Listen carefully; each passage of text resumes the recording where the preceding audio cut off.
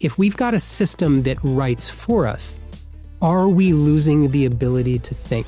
And this is one of the questions that we all need to ponder and come up with useful answers for. We're going to move from teaching students to get the right answers to asking the right questions.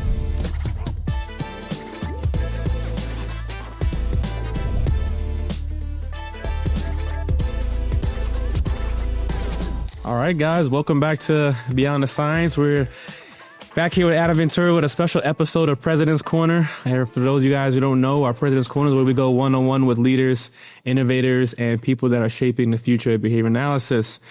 Now, today's episode is probably brought to you by Intraverbal AI, AI-powered platform designed to help behavior analysts work smarter, faster, and stay aligned with the heart of the science. You guys have seen Adam on here before. We are actually here at the Texas ABA conference, and honored to sit down with him today because we were catching up. We haven't seen Adam on the show in a little bit here. So for those of you guys who don't know, haven't seen Adam, he is a founder of Intraverbal AI. Guy has a lot of conferences going on. He's speaking. I think I saw you speaking with Polly the other day. Did I see that? Yeah, absolutely. I love Polly. Shout out to Polly and everything you're doing. So let's welcome Adam back to the show. So Adam, catch us up, man. What's been going on since our last time that we talked? Our last one was in Miami we recorded. Catch us up on the... Yeah, I think so. I've been doing a ton of traveling. Everybody has a really big interest in AI and ABA.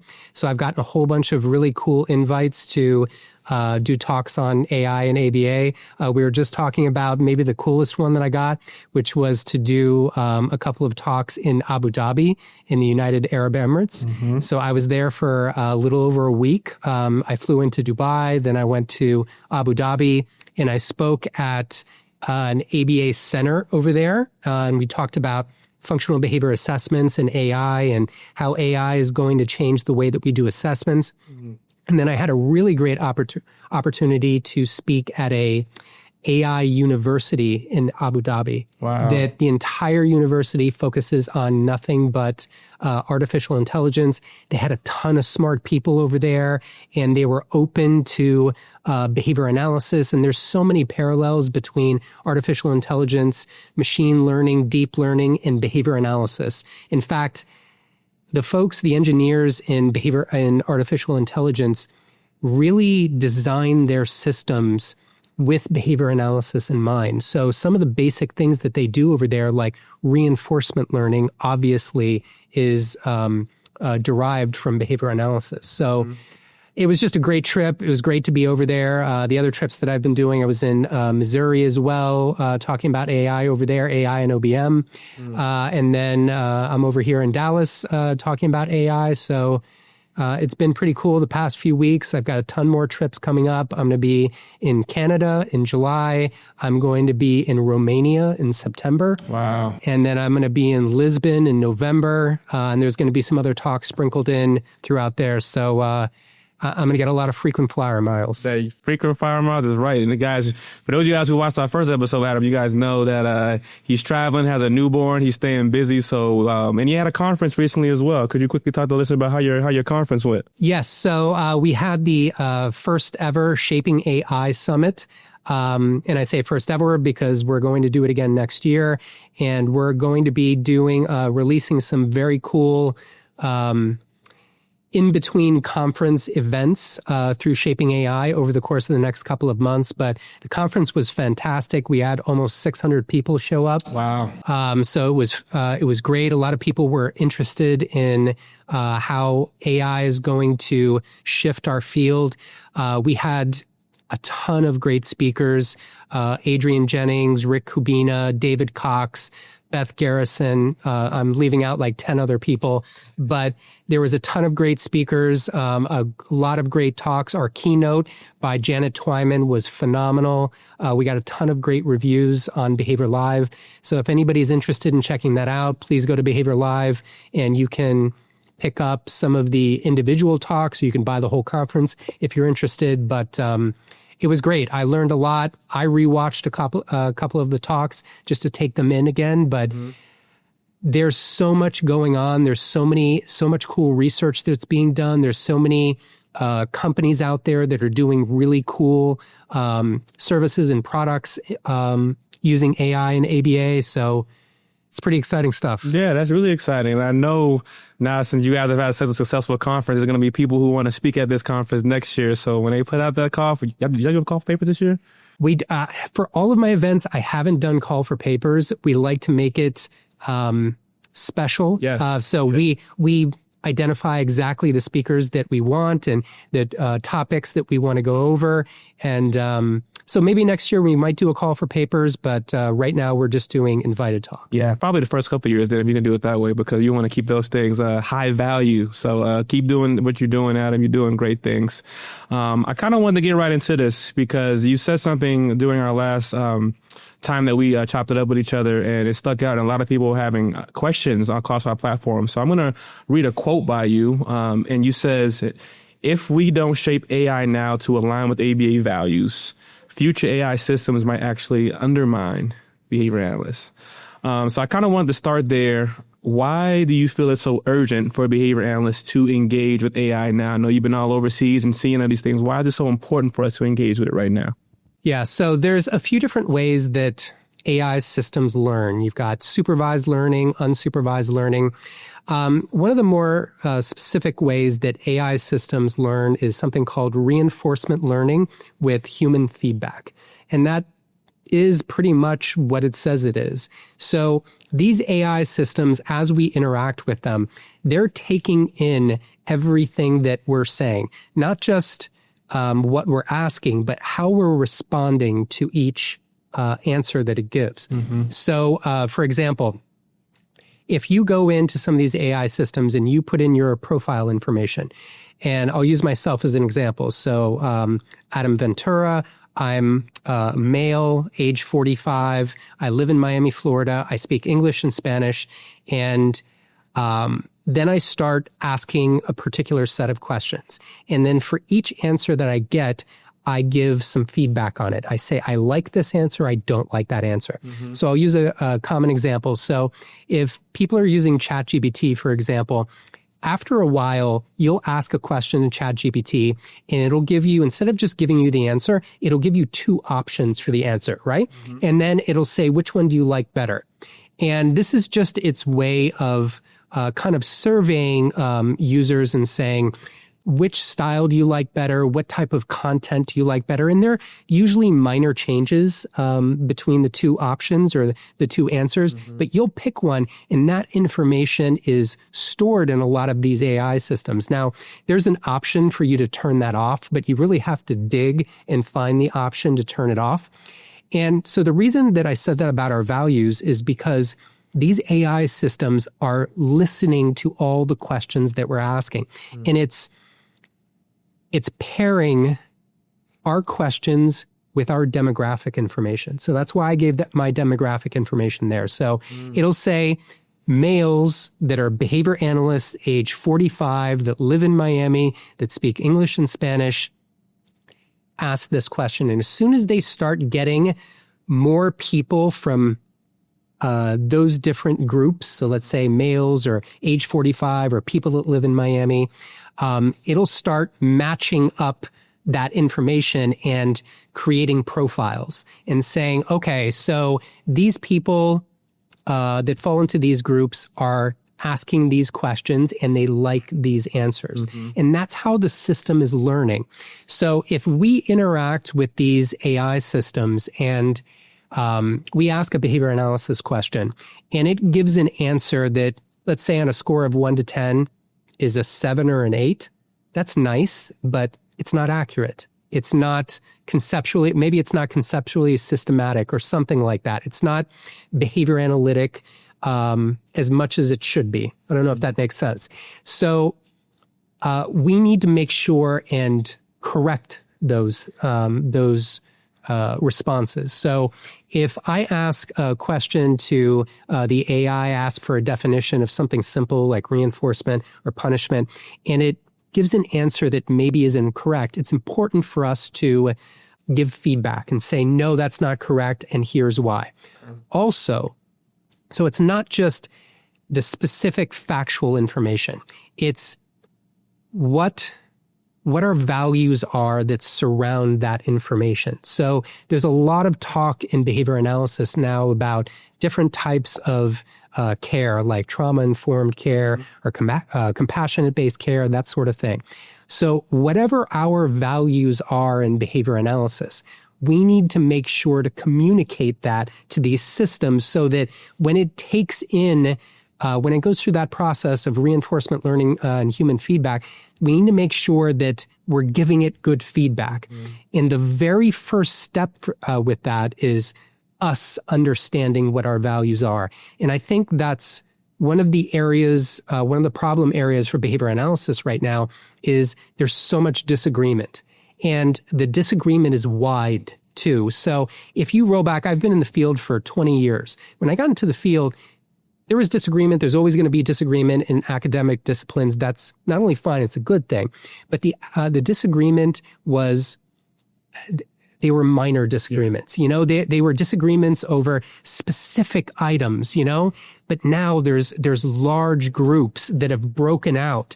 And you might have somebody that, I'm not an ACT person, but I know some people are,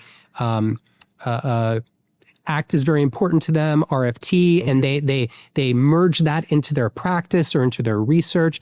I don't do that, but that's a big divide in our field. And we need to get a handle on that. Otherwise, these AI systems that we all work with are either going to get the wrong impression or they're going to get split impressions, and then they're going to start tailoring the responses to people that they think want to hear about ACT or RFT versus more traditional behavior analysis. Does that make sense? It makes a lot of sense. And when you say that, I'm curious because there isn't a lot of alignment now, and there is a little bit of intersection with a lot of different things. What is your recommendation for how we do get our values in line? Do you think we'll ever get there with the where we're projected to go right now as a field? I feel like, and I don't know how it works in other disciplines. You know, I don't attend biology conferences or anthropology conferences or anything like that. I attend behavior analysis conferences, and we tend to create echo chambers in behavior analysis, especially at conferences. And something that I've noticed since I got into the field is whenever there's a panel discussion, you know, maybe you have 3 or 4 people on the panel in a chair, I so rarely see disagreement. That is so rarely see disagreement. And it doesn't mean that we need to get on here and call each other names and scream and yell or curse or something like that. But I'd love to see more disagreement, more professional, academic disagreement.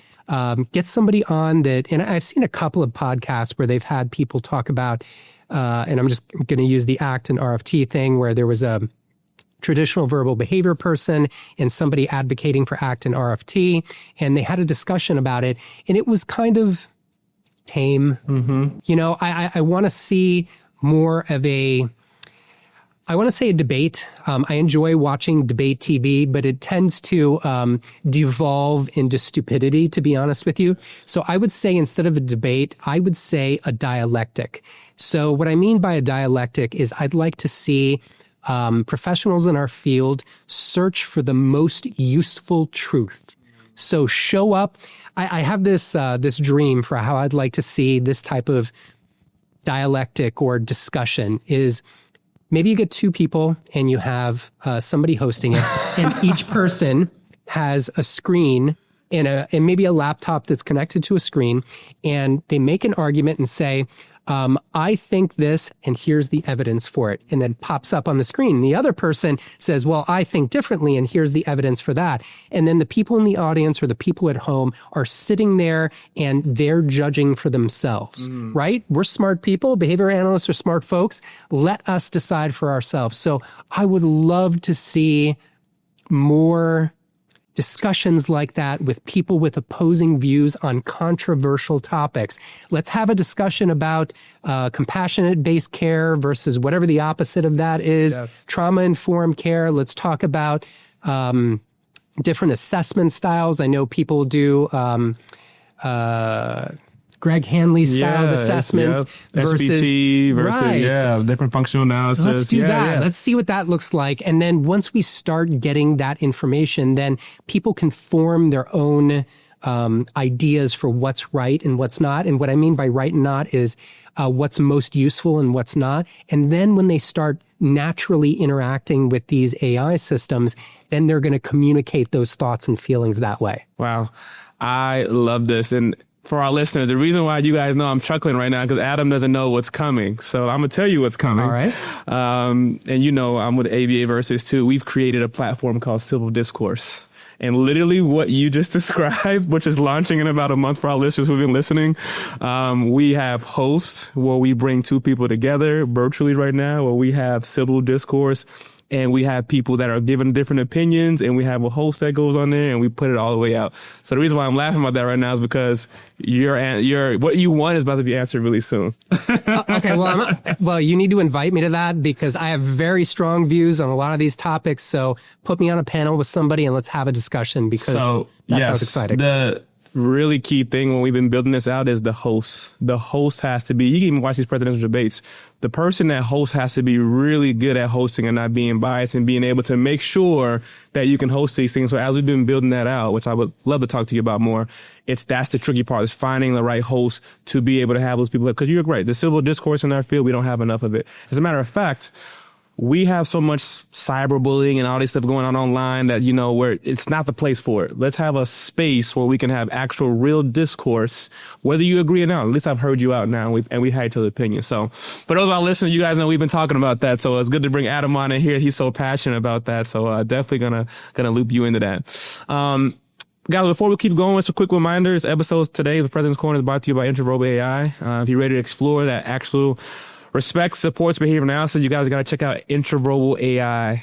Okay, intraverbal.ai. Okay, for those of you guys who have been listening and following Adam, this has been a great addition to our field, and he brings a lot of value with that. So thank you for everything you do in Intraverbal AI, Adam. I want to shift gears here a little bit to another big piece, and this is using AI to enhance evidence-based practice. Okay. Could you answer the question of how behavior analysts can stay grounded in the research while building strong clinical programs?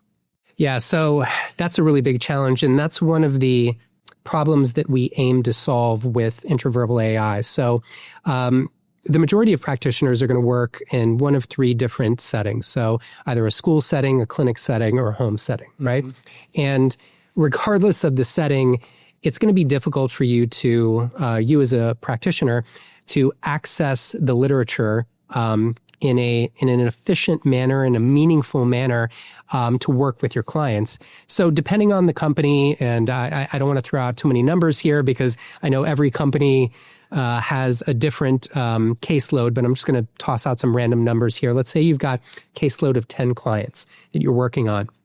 Let's say that you're a BCBA, you've got 10 different RBTs that you're supervising on these cases, and you'd like to be able to do evidence-based practice. And all those clients are going to be different. Maybe there might be some similarities. You might see, SIB across two or three of the clients, but for the most part, they're going to be very different. Even if they're engaging in similar behaviors, they're going to be occurring in different contexts. And you really need to, as a BCBA, engage with the literature as much as you can.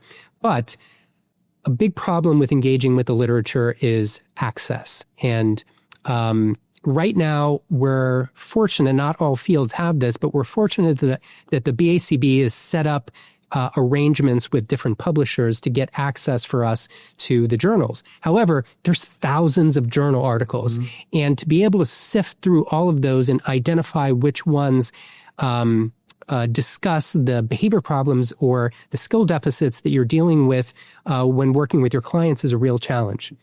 So what we did was we reached out to the publishers and we set up licensing agreements with the publishers so that we could connect our AI chat to behavior analysis journals.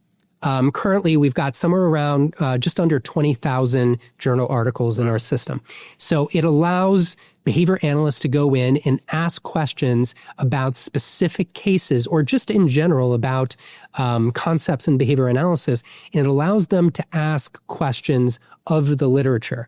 So when you go into something like ChatGPT or Claude or some of the other large language models that are out there, and you ask a question, Where it gets the majority of the answer is from scraping the internet. Or at least that's what they tell us. We don't, they're all black boxes. Right. We don't know what's actually in there. But if you ask, let's say, ChatGPT a behavior analysis question, I find that it gives a superficial answer, and it'll give an answer that's like an undergraduate, maybe second or third course in the behavior analysis undergraduate course sequence type of answer. Somebody that just went through the undergraduate course sequence and is ready to sit for the BCABA exam. It gives kind of an answer that they would know, right? But we want to get in-depth answers, and we want to get details on how other researchers and practitioners have solved complex problems in the field. So that's what we did with our system. We set up a system where you can ask the literature directly and you can get an answer immediately. So our system goes through a few steps process, and we have a cool animation in our system, either in our mobile app or in our web portal, that shows you the process of our system.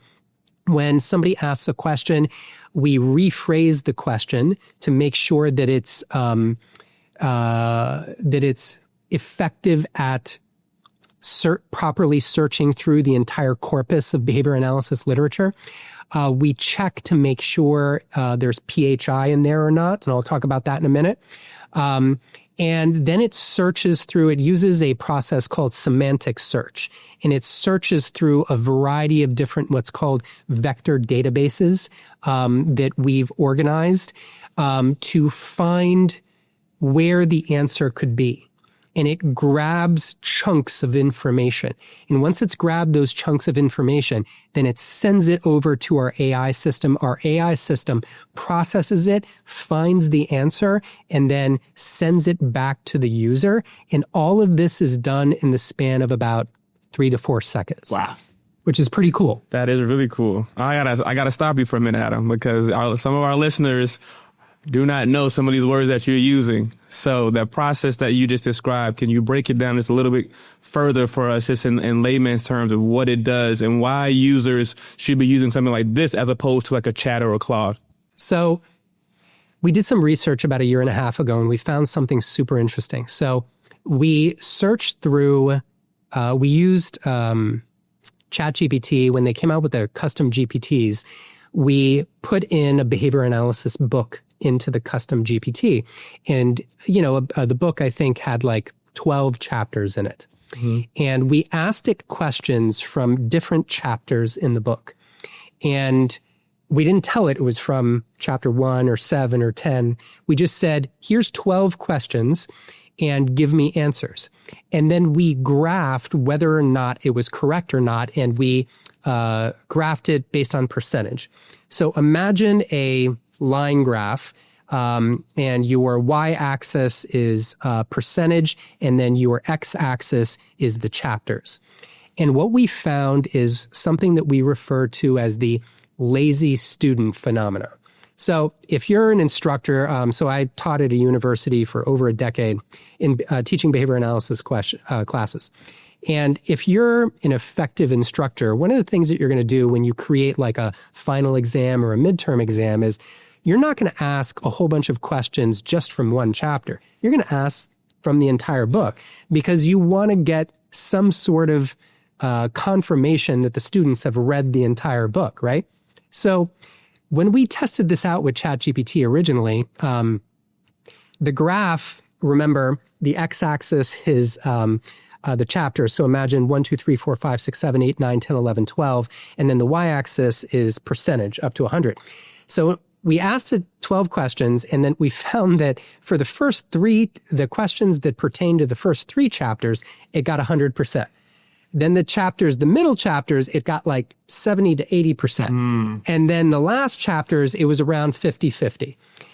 So that we found that it takes a lot of power, a lot of what we call compute or processing power to run these AI systems. So these AI systems are always looking for ways to be more efficient. Yeah. So it's just hoping the answer is at the beginning so it doesn't have to search the whole thing like a lazy student would do. So we use a process that's used very often in AI systems. It's called semantic search. Okay. Semantic search, instead of being a lazy student, is a clever student. So what will a clever student do? So assuming you've got 3 students, you've got a hardworking student, a lazy student, and a clever student. Okay. A clever student, if they get 12 questions and they have a general sense that the instructor is smart and spread out the questions throughout the book, the clever student will search the table of contents, will search chapter summaries, will search for keywords to identify where the answer is. That's what semantic search does. Semantic search searches through 20,000 journal articles in behavior analysis and then identifies chunks of information and says, this is where the answer to those questions most likely resides. Okay. And then it grabs those chunks of information and sends it over to the AI and says, here, I've done 80% of the work for you. Now identify the specific answer and put it into intelligible text that people can read, and then send it back to the user. And this entire process gets done in the span of, like I said, 3 to 4 seconds. It's kind of crazy. Oh, it's not kind of crazy. It's nuts. It's nuts. So that's kind of the magic behind this, to make sure that we're always doing 2 things. So I know you're a sports fan. So the 2 most important measures of a quarterback are speed and accuracy. Mm-hmm. So you want to make sure, or decision-making and accuracy, but I apply that over here in behavior analysis as speed and accuracy.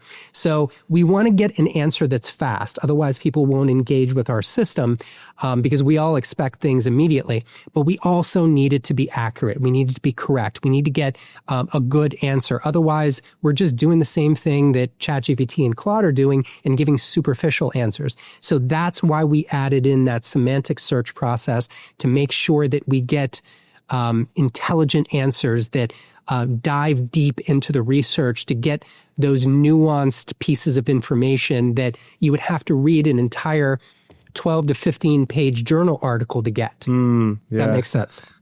Listen, guys, for all of our clinicians, all those people who dive into the literature, I hope you guys are listening to this right now, because Adam's giving you guys some gems. And I think we can clearly say that Adam was the clever student, because he has this all, he has this all here. This is good stuff, man. You're talking about revolutionizing hours upon hours of sifting through papers and literature. Now, ethically speaking, well, not even ethically speaking, do you think there is still a place, even with the technology that we have now, for people, especially newer certified behavior analysts, to still have to go through the process of reading these articles, looking at the participants, looking at this thing, learning how to look at graphs?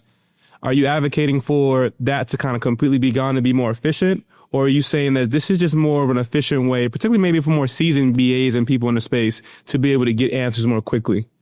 Yeah, this is a really important question, and I don't think that anybody has the answer to it yet. So the point of education is to equip learners with skills that they'll need to be useful to society when they leave school. Yeah. So you want to make sure that you're equipped with a set of skills that will help you contribute some way to society. Now, reading and writing is so important. It really is. And I feel like, especially writing, I feel like writing is polished thinking. So the example I like to give when I talk about this is when I write an abstract for a presentation that I'm doing at a conference or wherever, let's say that it's maybe about 150 to 200 words, right? I'll rewrite that abstract at least 10 to 15 times. I'll go through each sentence. I'll write the sentence. I'll look at it, think about it, change a couple of words, rewrite it. Read it again, think about it, change a word, then move on to the next one. Add the second sentence. Then I read both sentences together, change a couple of words, rewrite it, then add the third sentence. And I go through this, it's really a selection process. You know, we study selectionism in behavior analysis, but I'm selecting out the things that don't work as part of that. And really what you're doing when you're writing is you're thinking. You're polishing your thoughts as you write. So I sit down and say, okay, I want to talk about AI and ABA. Okay, what specifically? I want to talk about assessments in AI. Okay, well, get more granular. What specifically do you want to talk about in assessment? I want to talk about indirect assessments. Okay, so you work out what you want to talk about when you write that abstract, and writing is thinking. Now, if we've got a system that writes for us, are we losing the ability to think? And this is one of the questions that we all need to ponder and come up with useful answers for. What's going to happen moving forward, I think, with education is we're going to move from teaching students to get the right answers to asking the right questions, because that's the skill that they're going to need out in the workforce. They're going to have to interact with these AI systems. They're going to have to know how to pinpoint and mand, because that's really what prompting is all about: being specific about what you want, knowing what you want, being specific about what you want, and then asking for what you want. But it's complex, though, because you need to know things to ask things. So this is my long way of saying it's still up in the air. I think people in the community and the education communities are still figuring out what's the best balance of both. But we're going to need to know both things. I think it's very important for students still to read through journal articles, because ultimately, we're responsible for what we turn in as a practitioner, or if you're in a graduate program and you use an AI system, I think that's fine, but you need to be responsible for what you turn in, whether it's to an insurance company or to a university program. So that means you need to be able to read and understand and rewrite a lot of components and put it in your own words. Maybe it helps you structure your thoughts. Maybe AI is there to help you think better, run through that polishing perspective. Or I use AI all the time to help me come up with names for projects. And I've used it maybe 10 or 15 times, but out of those 10 or 15 times, 0 times have I used what it's given me. But it's just given me a starting point instead. And I'm like, oh, that's a good way. I like the way that it started that. Let me amend it this way and do it like that. Yeah. Wow, guys. You listen to Beyond the Science. This is a special edition of President's Corner with Adam Ventura. Before we move on to our next topic, this is a really intriguing conversation for me. And I think I'm torn because, I found myself in situations where, even starting back to when I was using Google Maps, when I would, my brain, my muscle memory would remember where I was going. As I started using, I didn't feel like I was firing up those muscles like I was using before. And I kind of found myself in this space a little bit with AI, using it for certain things. But then I'm saying, man, I'm not firing up that memory like I was before. And so that's been a little bit conflicting for me. So as y'all hear you talk about this, I'm thinking about those things. And I think, as a field, we do need to maybe have this discussion. You wrote an ethics book, ethics chapter already. So I think we're waiting on you to be the person to write the book on ethics and AI and maybe what it looks like. But you're a busy man, so we don't know when that's going to come out. But this is a really good conversation. So I really appreciate you sharing that with us, Adam. So I want to shift to talking about HIPAA compliance. This is a really good topic. So of course, anytime tech enters healthcare, which we're in healthcare, HIPAA compliance becomes front and center, and that's where we're at. So can you talk about Intraverbal AI and AIs in general, how it's ensuring clinicians to confidently use AI while also protecting client data? Yeah, so it's interesting because I've been on the HIPAA journey for over a decade, and it took me a while. I got into the field and I just had this implicit knowledge, hey, you have to make sure that you protect PHI, protected health information. And it seems like common sense anyway, right? You don't want to divulge somebody's social security number or something like that, right? Or that somebody is receiving services or a variety of other things. And it took me a while to realize that there's no such thing as HIPAA police. They don't exist. There's no SWAT team of HIPAA that's going to kick down your door if you accidentally leave a date of birth in a treatment plan. So everybody's kind of on the honor code on this. It does say that in our BACB Code of Ethics, and you can definitely get pinged with the BACB for doing something inappropriate in that domain. But in the context of AI, more specifically, or more generally in the context of software systems, there's so many different things that you have to do to protect PHI and client information. So there's things like role-based security that you have to do. So let's say that you've got an average-sized ABA company, let's say with 150 practitioners, 300 clients, and they're using some sort of practice management system. Those practice management systems need to use something called role-based security, where the CEO of the company can access any client, any practitioner that they want. And let's say you've got like 3 different locations with 3 different clinical directors. The clinical director for location A can only access clients and practitioners for A. Clinical director for B can only access their stuff. Same thing with clinical director C. So that's one component of this. But the other component of this, when we get more granular and talk about AI, is depending on the software system and depending on the model, the AI large language model that you're using, you may have to send that information to somewhere. So many folks in our field use setups with OpenAI, the parent company of ChatGPT, and they send information to OpenAI so that it can process it and then send it back. Other companies use open access or open source models like Llama, created by Meta. There's a lot of different options there. But the point is that not only do we have to protect the larger software environment in which this information is, but we also have to protect the information when it gets sent over to these AI systems. So the way that a lot of companies get around this is they set up business associate agreements with OpenAI or other companies, Grok, whatever it is, and it's an agreement between both companies, especially with OpenAI, saying you can send over PHI and we promise we won't do anything nefarious with it.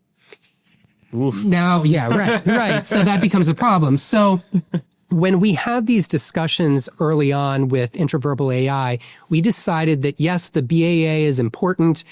We have users of our system sign a BAA every time they log into our system. So they read it and check off on it, then they log in. But we wanted to go a step further.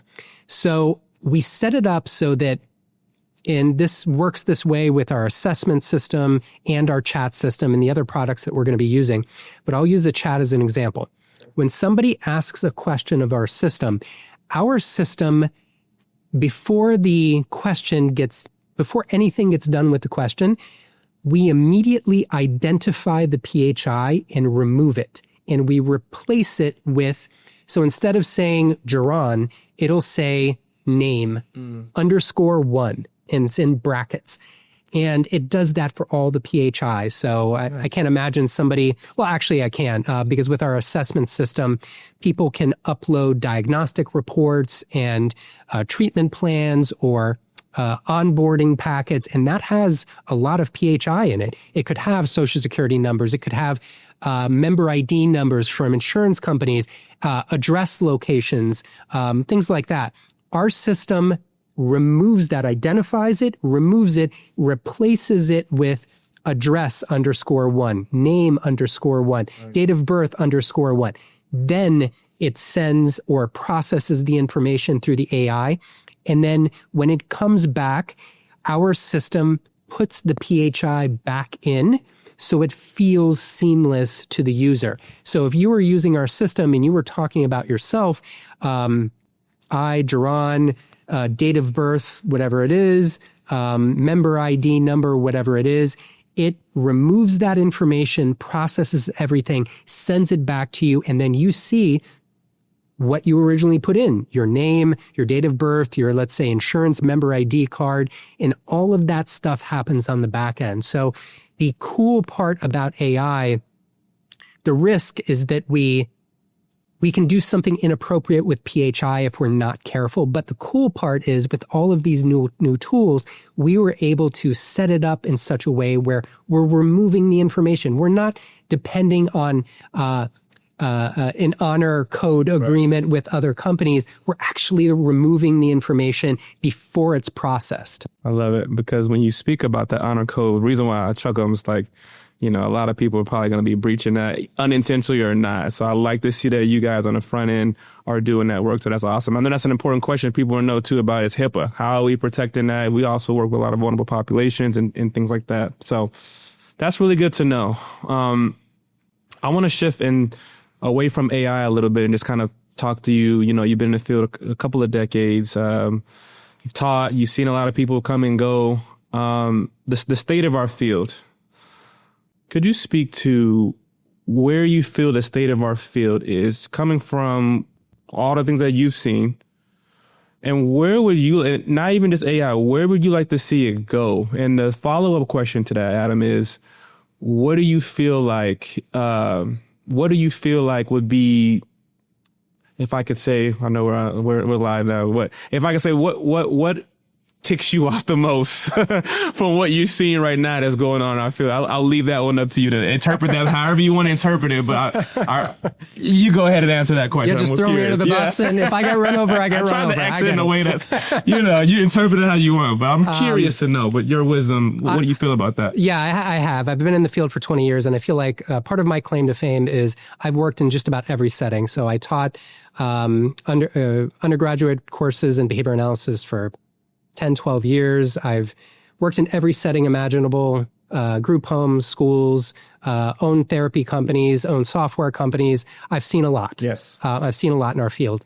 I think the thing that frustrates me the most, and was actually the impetus for starting Intraverbal AI and where we got the name from, the whole point was to set up a system that connects with the knowledge in behavior analysis. And we wanted to be able to provide answers to people about behavior analysis. So if you put a question into the system, that's a mand, and what you get out is an intraverbal, an answer. So that's why we call the system Intraverbal AI. I didn't know that. Yeah, absolutely. Yeah. That's good. Not everybody gets it. But so I would say my biggest beef right now is the science itself. I think that there's a lot of division in our field. A lot of people don't agree with a lot of these newer fads in our field. And there's a lot of disagreement on a lot of these things that we've talked about, yes. Whether it's ACT, RFT, compassionate-based care, trauma-informed care, positive behavior, PBS in schools. And I have a lot of thoughts. Some things I agree with, some things I don't. But to go back to that values discussion that we had earlier, I'd like to see more agreement in our field. And Jim Carr presented the stat of the year, and it's been going around recently. And I don't know if I'm going to get the exact numbers correctly, but something like 51% of the BCBAs or professionals that are BCBAs in our field today have been certified in the last 4 years, I think. 5 years, yes, something 5 years, like that. Yes. 5 years. Okay. Well, either way, 4 or 5 years, that's nuts. Mind-blowing. That's mind-blowing. Yes. And we've all seen those graphs that go like this, showing, just a reasonable rate of growth for BCBAs to a ridiculous rate of growth. And, I've seen people online say things like, why do we have to study the basic principles of behavior analysis? BCBAs say this. When I don't feel like I'm going to be using them when I go out and practice. And it just makes my head explode, and I actually don't blame the people that are saying these things. I blame myself. I feel like I should have been a better instructor when I was teaching, and I should have been a stronger advocate for basic principles of behavior analysis, the foundation of our science, and I didn't do that. So I'm glad that you're asking that question now so I can kind of get on my soapbox here and do what I should have done for the past 15 years, which is advocate and be a better, and I know this is a dangerous word, but I should have been a better gatekeeper for what I know is true in behavior analysis. And if you're taking a pragmatic approach to truth is what works best. And I think a lot of some of these topics that people are discussing are talking about them in good faith, but I think they're distorting the science by discussing them. And I think it comes from not from a bad place, but I think it comes from a place of misunderstanding. Yeah. They might be advocating for something, not realizing that if you're doing behavior analysis well, you should be doing that anyway. And I'll give one example here, which is compassionate-based care. So if you're doing behavior analysis well, correctly, or applied behavior analysis, you're compassionate. You're practicing compassionate care. So I think these are some of those discussions that we should be having at your civil discourse podcast, or however you're going to set that up, and really breaking them down. And like I said, that would be awesome if each person had a screen where maybe you have one of the older behavior analysts sit down and say, yes, look, we already went over this. We've already had this research. We've already had these discussions. We had them 30 years ago. And hey, maybe they can use Intraverbal AI and just sit there and say, look, so here's 10 different journal articles. It doesn't have to be done this way. And some of these things really concern me because a lot of the behavior analysts that are working out there take what they hear on social media and they take their own interpretation of this and then apply it to practice.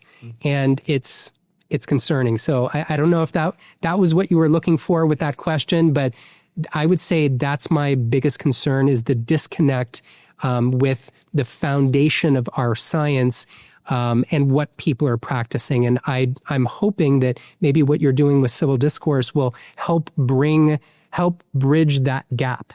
Yes. Wow. That was powerful. I think I asked it the right way and you answered it. I felt that that needed to come out. And, I personally feel like I'm kind of in the middle of where I'm at in terms of, kind of like the founding fathers, older generation. I feel like even like somebody like Skinner, I feel like, he would be a little disappointed with where we're at right now in terms of application wise and the way sometimes we conceptualize our science. I feel like we could be doing a lot more with it, but that's a conversation for another day. But I appreciate that point coming from you, from somebody who's kind of seen a little bit of everything. And I feel like I've asked that question a couple times and I'm kind of getting that same response too, in terms of... Oh, other people have said that as well? Similar, in terms of people who have the cachet like yourself. Only certain people have certain cachet to be able to speak on it like that because you've seen the evolution and you see where it's at now. And the frustration has been that. And I like the word you use in terms of what you should have done better. I think collectively, a lot of people could have done a lot better, which would have that greater impact if everybody was kind of doing that in a similar way. But also, I will say there's a lot of positive things going on, I feel, right now, too, with some of the research, some of the literature that's coming out. So I love to have these discussions, and I do hope that, a platform like Civil Discourse can bring some people together. So thank you for sharing that. Of course, I got to thank Intraverbal AI again, guys. This is a huge revolution. Adam, you spoke about there's a couple of other people trying to do maybe similar things to Intraverbal AI, but we rock with Intraverbal AI on this podcast because this is brought to you by Intraverbal AI. Shameless plug here. But Intraverbal AI continues to empower behavior analysts and keep using those tools. I know last time we talked, we were in that beta form. Are we still in that beta form? Where are we going to be at with Intraverbal AI maybe the next year? Yeah, so we're going to be launching our chat system and our goals system over the course of the next couple of weeks. And then we're going to be launching our assessment system at ABAI, which is coming up in just about a month. Yeah. But yeah, we're going to be launching our chat system, which we talked about. Also our goals system where users can upload their clinical documents into our system and then just say, hey, give me a task analysis for this skill, or start from the beginning and say, what skills should I be working on based on this assessment? And it gives you a breakdown of the skills that it should be working on. So we're pretty excited about that. So chat and goals are going to be released over the course of the next couple of weeks. And then our assessment system, which helps BCBAs do really almost the entire assessment process. So if you think of the assessment process as indirect assessment, direct assessment, and then functional analysis if needed, our system walks through preparation for the assessment, indirect assessment, direct assessment, and then generating the report. So we're aiming to make the job of the behavior analyst much more efficient, help them save time, and help them be better at their jobs. And really, that's what the assessment product does. And like I said, we're going to be releasing that somewhere around ABAI, because I've got a couple of presentations at ABAI. So I'm hoping to mention it in passing. And then we've got a pretty ambitious timeline and roadmap for the rest of the year. We're going to be tackling supervision, parent training. We're going to be tackling RBT training, BACB prep, a whole bunch of different things throughout the course of the year. So we're pretty excited. All the things that you just named, the parent training, the BCBA prep, all those things are super exciting. And I can see how you guys can make some damage in those spaces with Intraverbal AI. Man, Adam, this has been a great conversation. I know we don't have coops off the clock because we're in President's Corner, but reaching outside of everything that we're going out the field, I have to ask you a question outside of that, obviously. Could you give our listeners who've been following you from the first time the biggest thing you've learned right now? Give us an update with fatherhood. Give us one thing that you've learned so far in fatherhood that maybe a new father out there could take. I'll use the values example. And I said that we were talking about values. It keeps coming back up, that you have to know your values when you're interacting with AI. You have to know your values when you're interacting with your kids as parents. And you have to know them immediately, because kids test you right there in the moment. And not only do you have to know your values, but your values have to be in concert with your spouse's values. And you both have to be able to respond the same way or in the same spirit quickly. We're behavior analysts. If you're going to consequate behavior, you have to do it immediately. Yeah. So, when my son does one thing or the other, my wife and I have to be, thinking the same thing so that we can respond the same way. So what we do is we make sure to take time every single day. We take about an hour and a half just to talk about the goings on of my son, what's happening, what's not, where we should be going with him, what we should be doing, so that we see things the same way and that we can respond the same way. So I think that's the biggest lesson that I've learned so far with fatherhood is you have to know your values, and your values have to be in line with your spouse's values. Wow. I love that, guys. He's giving you the parenting advice. We've talked about Intraverbal AI. We've talked about everything that's going on. Adam's been great. You continue to stay busy. I'm going to tell you, get some sleep. You're doing all this travel out here. Next time we check in with you, I would love to, hear about how your talks went, with ABAI and the updates with everything that's going on with Intraverbal AI. So thank you for continuing to come on. For those, again, who haven't visited Intraverbal.ai, check out Intraverbal.ai, guys. We appreciate your time.